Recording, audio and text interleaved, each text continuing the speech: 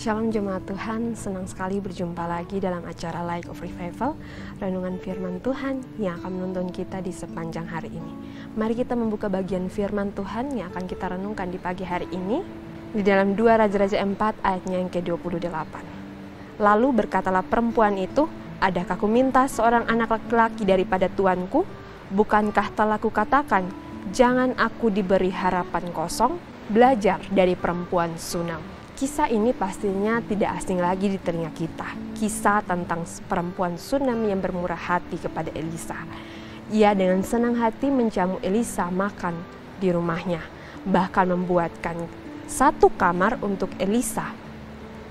Karena kemurahan hatinya ini, Tuhan memberkatinya dengan seorang anak laki-laki. Singkat cerita, anak ini bertambah besar dan suatu ketika dia mengalami sakit dan akhirnya mati. Ada dua sikap yang akan kita renungkan dari perempuan Sunam ini. Yang pertama adalah ia bijak dalam menghadapi masalah yang ada. Kenapa dikatakan bijak? Karena ketika anak itu tertidur di pangkuannya, lalu pada akhirnya anak itu mati, ia tidak langsung panik dan menceritakan kepada orang lain tentang hal ini. Tetapi ia memilih untuk membaringkan anaknya di tempat tidur Elisa, lalu memanggil suaminya agar suaminya memanggilkan bujang untuk menemani dia menemui Elisa. Padahal kesempatan ini dapat dipakainya untuk memberitahukan kepada suaminya tentang kematian anaknya. Tetapi ia memilih untuk tidak memberitahukan kepada suaminya. Hal ini membuat suaminya bingung dan penasaran apa yang terjadi sehingga perempuan Sunam ini atau istrinya ini pergi menemui Elisa. Itu terlihat dalam ayatnya yang ke-23.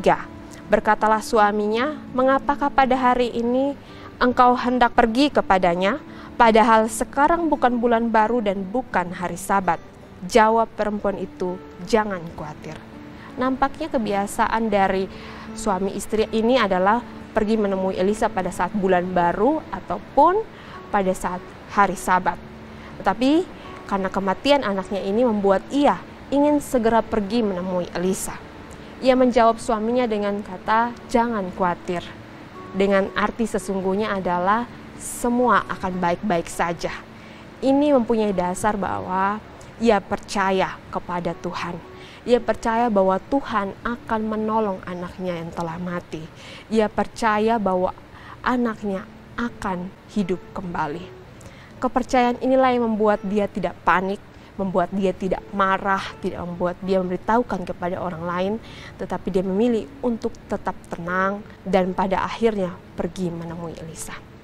Jemaat Tuhan, bagaimana dengan kita ketika menghadapi masalah yang berat, yang tidak mengenakan, masalah yang membuat kita kecewa, takut, ataupun khawatir?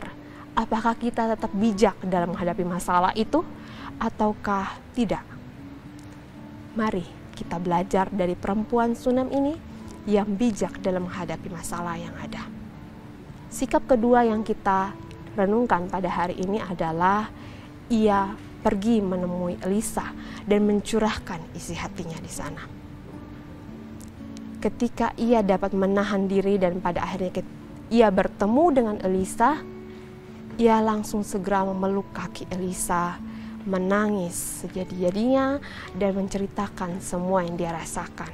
Gehazi yang melihat ini ingin mengusir perempuan Sunam ini, tetapi Elisa yang peka dengan apa yang dirasakan oleh perempuan Sunam ini membiarkan hal ini. Ia pun mencurahkannya seperti di ayat yang pertama yang telah kita baca tadi. Mencurahkan bahwa mengapa diberikan anak itu padahal ia tidak memintanya. Kenapa dia diberikan harapan kosong? Ini adalah suatu hal yang wajar. Tapi ketika dia mencurahkan isi hatinya kepada Elisa, dia juga yakin kepada kuasa Tuhan. Itu kita bisa lihat di ayatnya, di sana berkata, tetapi berkatalah ibu anak itu, demi Tuhan yang hidup dan demi hidupmu sendiri, sesungguhnya aku tidak akan meninggalkan engkau. Lalu bangunlah Elisa dan berjalan mengikuti perempuan itu. Dia percaya bahwa Tuhan Yang disembah dan dilayani oleh Elisa adalah Tuhan yang hidup. Tuhan yang mampu membangkitkan orang yang mati. Apalagi anaknya yang telah mati. Oleh karena kepercayaannya ini, ia melihat sendiri mujizatnya. Elisa yang pergi melihat anak dari perempuan Sunam ini berdoa terlebih dahulu meminta pertolongan Tuhan, lalu menaruh badannya di atas anak itu. Anak itu akhirnya hidup kembali dan kembali kepada pelukan perempuan Sunam ini. Jemaat Tuhan, kita lihat sendiri bahwa Tuhan melakukan mujizat yang luar biasa bagi perempuan Sunam ini. Perempuan yang bukan dari perempuan Israel, di mana dia tetap percaya pada saat anaknya telah mati, dia percaya bahwa Tuhan akan membangkitkannya kembali. Dan kepercayaan ini adalah sungguh benar dan Tuhan membuktikannya.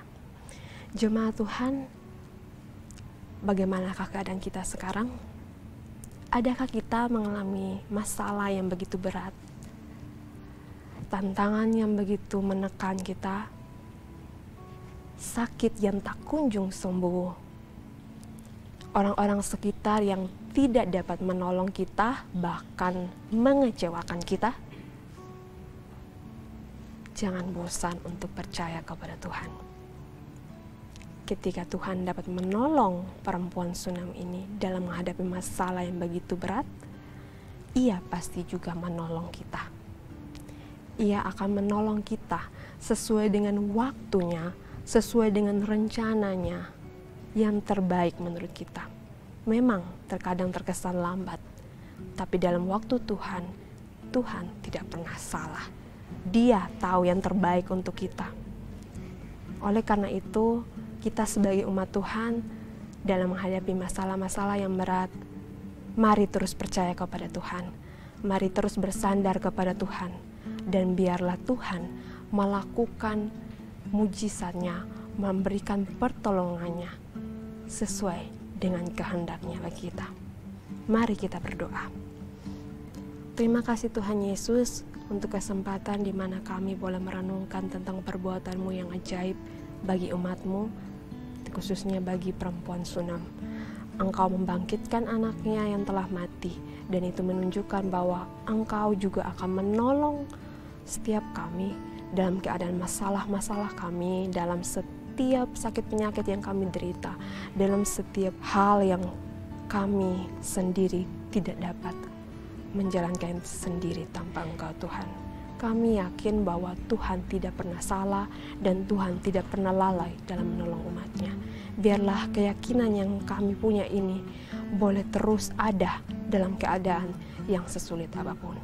Terima kasih Tuhan Yesus, ampuni kami jika kami selama ini ragu, bahkan kami menolak untuk sungguh-sungguh percaya kepada-Mu Tuhan. Hanya kepada-Mu Tuhan Yesus kami telah berdoa. Amin.